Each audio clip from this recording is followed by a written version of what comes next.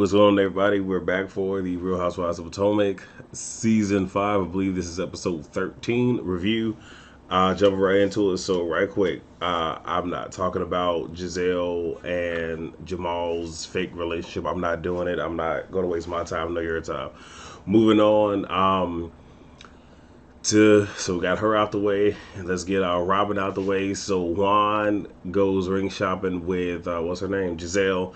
They pick out a ring. You know, he had his budget. I know a lot of people might feel a ways at the ring that he bought and even the price range. But I mean, here's the thing, and shit, we can talk. We can actually have dialogue in the comments about this. How I feel about it is like the ring shouldn't matter, nor should the ceremony, especially if you juxtapose weddings in America to other places in the world where you literally have people that before they, like right when they get married, they're already in debt because of this big ass party that they done threw that they call a wedding. In addition to that, this fucking expensive ass ring. So you're now in debt. So rather than putting this money into, down payment on a house or anything else, you've just put yourself in debt for, granted it's a memory, but you put yourself in debt for that. So I'm not mad at the ring, whatever. Later on the episode, the entire family goes bowling to include Robin's parents. And when she goes to the bathroom, he says to her parents that he wants to marry her again. And they pretty much seem very uninterested, unbothered. And they was just like, okay, cool, whatever. So that's it. We're done with that. Karen, go ahead and do her. So she meets with a life coach because Ray has this thing about going to a therapist as just because she said, men, but it's really an African American thing where, we've been so conditioned to where, all we gotta do is talk to our big mama, talk to our pastor, whatever, the therapy is for white folk. That whole, mindset that is so whatever. So they go to see a life coach instead, to kind of make him feel better. 23 years of marriage is where they're at right now. Ray says that he's working on his third retirement. And lo and behold, he pretty much said without saying that his ego is bruised. Because it went from, it being, this is Ray's wife to now this is Karen's husband. So he doesn't like how that switch has happened. He's definitely not feeling that. He feels a way about that. Whatever. He even had alluded to that, he wants her to kind of go back to how things were where she was just taking care of the house and him. Very primal and whatever. But I mean, if that's how he feels, I mean, you can't be mad at him for his honesty. And let me see. Karen also brought up to him that he had never said thank you for the help that she contributed to his debt situation, to his tax situation. And he finally does say thank you. And one thing that I will say is I'm happy that right here we have Karen actually talking about it on camera, because I guess she felt, I'll get to that in a little bit. All right, so Monique is getting ready to do her Not for Lazy Moms live podcast event. She is at the. They did a flashback of saying that she had only sold 20 out of 300. Where she does sell tickets, she's going to have to come out of pocket for the food and beverages and all the other stuff, whatever. And the title is the Redefine Me. So this is her working on herself. She reaches out to several of the women to invite them to come so they can actually see some of the work and the progress. She asks Robin, it seemed like she was thrown off because obviously Giselle had not told her what to say because Giselle wasn't invited. And she says, let me think about it. All dry and whatnot. Obviously, she's not coming. She calls Karen. Karen says she will be there. She calls Wendy.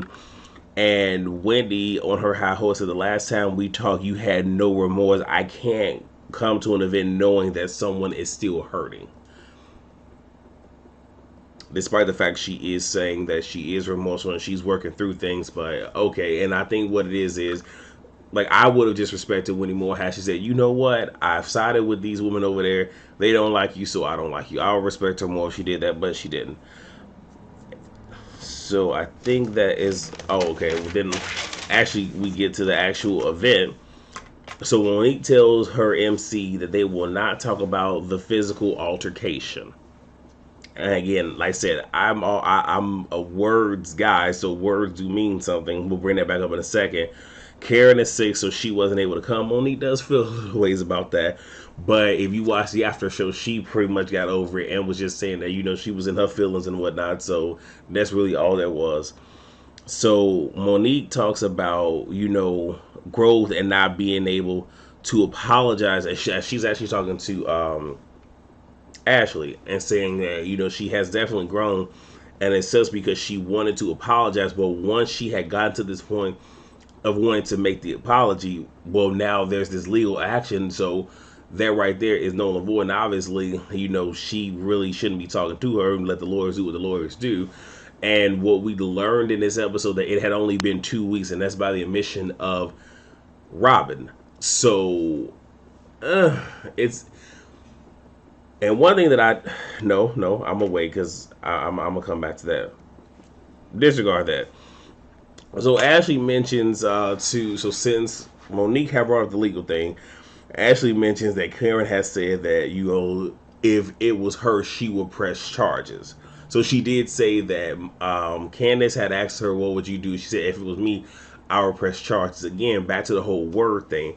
She did not say press charges. She was like, I will probably go the legal route, which could mean anything. Yes, most people would go straight to press charges, but that's not exactly what she said. But I can appreciate that for the most part, Ashley delivered the story for the most part correctly. Rather than just saying, well, Karen said this is what she would have done. She didn't do that. She did say Karen was asked this and this was her response. And even on the after show, Monique did say that, she understood where that was coming from. So not a big deal. So during the actual podcast, a question from the audience was asked to the MC to ask to Monique, and the question is, what is the current state of her and Candice's relationship? Now, the look on Monique's face was like, did not just, but she said, not talk about the altercation, not talk about the state of the relationship. I would have just said, we're not going to talk about anything involving me and Candice, period. That would have just literally covered all the bases, but she just said, pray for us. Good response.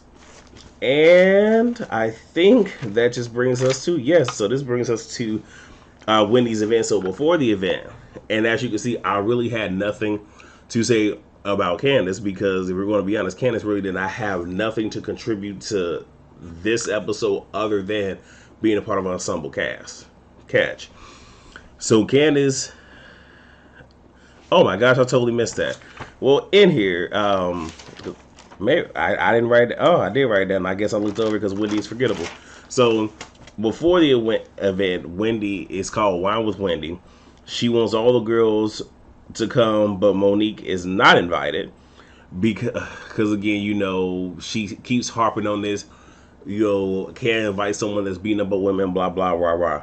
Candice is called by Wendy, and she says that she has been having many panic attacks. And I'm like, you are really milking this. And the reason that I say milking it is obviously Candice wanted this footage from the show to be used as evidence. So what she has been doing, if y'all really been paying attention, is, again, I'm not saying that she hasn't been in a state of a panic, has not been having panic attacks, is not feeling stressed. I'm not saying none of that. But again, I know when somebody's putting, a hell of a lot on, and what she's doing is literally painting this picture of her being in dire distress. So when it's played in court, it's like, well, you can see all. Okay, come on now, we not stupid. And she says that she wants to talk to Karen about pretty much playing the fence, but she wants to do it at Wendy's party. Now, here's the thing. If you really have this issue with Karen, why can't you come to Karen on your own? No, you want to do it at this event. So right there, an event that is supposed to be positive, now you're sitting here bringing some drama that doesn't need to be there. 1, 2, obviously you're not adult enough, grown enough to have this conversation alone with her, because what you want, let's be honest, you want to know that if things go left, there are other people somewhere in the vicinity that can come and bail you out and jump in and begin to fight this battle for you. Because let's be honest, Candice knows who she can tongue wrestle with. She's not going to do it with Karen. Facts. So we get to the actual party. Like I said, the event was hosted in conjunction with Black Girls Vote. It just is what it is, and like I said, this, and obviously they're playing this because we're currently in this political climate where people should be going out to vote and whatnot. So I'm gonna skip all of what happened at the event because that's not really what's important. Candice pulls Candice pulls Karen to the side. So what I'm going to do, I'm going to bunch some things together. So I'm going to just talk about what happened with the other group of girls. So the other group of girls, Giselle brings up to Robin and Ashley's attention that Wendy told her that when Karen was drunk, that she said that she had helped Ray with his tax issues, where she put money, like came out of pocket with money. And with that being said, Giselle had made mention that for you to not really know Karen and she just say that to you seems very calculating. And she was saying it in such a way that you should be on the defense about that and watch her. And again, this is Giselle weaving this thread because she has been the kindling. She's been the kindling of each and every incident that has transpired this damn season. And she tried this once before the beginning of the season to get these two to beef, but here you are again. So again, you're literally lighting that kindling. And then they start to, kind of go in, and then next thing you know, who was, I think it was Giselle that made mention of Monique saying that, it's been a rough couple of years, her being tired, watching the kids, blah, blah, blah. Hey, that's her excuse. I don't really buy it, but whatever. And they start to go in on Monique, and then Ashley peeks up and just like, well, look, I can't really say too much because last year when I was going through what I was going through, she and her husband could have truly went in on me, and they didn't.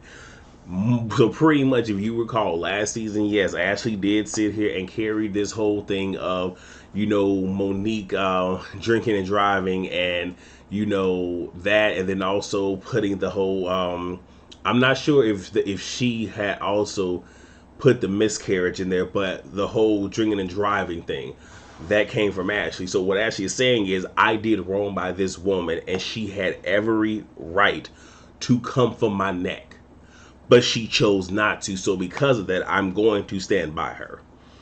No issues there, none whatsoever.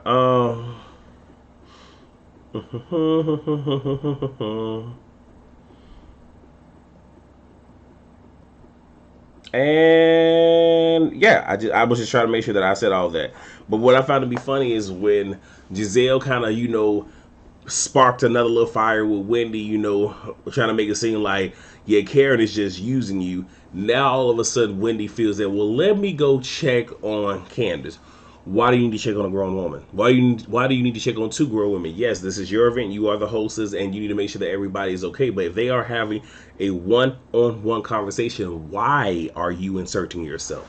For obvious reasons. Because look, y'all know what it is. Y'all know what it's hitting for. So there's no need to go into that. So let's go ahead and get into this conversation and wrap this thing up. So Candice says to Karen that, you've made excuses for Monique. You've called her. You have chosen a side. Candice says that she needs to hear that she feels Monique is wrong. Karen says, your mind is so brilliant. And then if you watch Karen's just like, yeah, just real proud.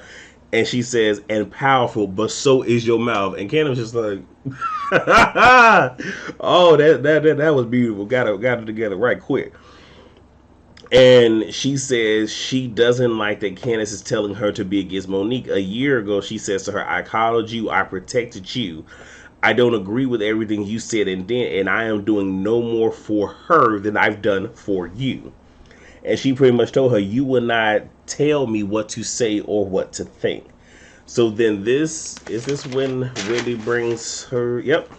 So now Wendy joins the conversation, which I think Karen was trying to do it, but Karen should have just told her, like, look, this is a conversation that she and I need to have. You don't need to be here. You don't. Because what happens is, literally, and I think, and I have an attachment to this particular situation because this happens with me. Because like I said, I said my eldest brother and we have issues. I have mine with him, definitely. One thing that my brother is known to do is he doesn't do shit without an audience. He doesn't, especially when it in general, but when it deals with me and him confronting me about issues, because yeah, my tongue is something serious. I will sit here and cut you down right quick, make you want to fight me. So it kind of like Candice. But what my brother will do is he will sit here and start a conversation with other people around that he's already given them a back brief on. And then he fades into the background and lets the other people fight that battle. And once he sees that now, rather than do a one-on-one, I'm fighting with 2, 3, and 4 people verbally, then he'll jump his ass back in. This is exactly what happened right here, because once Wendy jumped in, y'all saw for a moment Candice just sat back and didn't say nothing, and once it started to flare up is when she jumped back in, and now it's an attack. And if you have really been paying attention, the women have been doing this.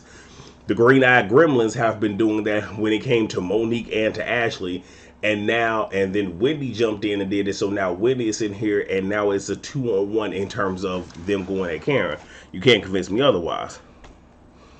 But Wendy says to her that, she needs to say that she doesn't like what. So I'm sorry. Wendy says that Monique needs to say, I don't like Candice for whatever reason, and I attacked her.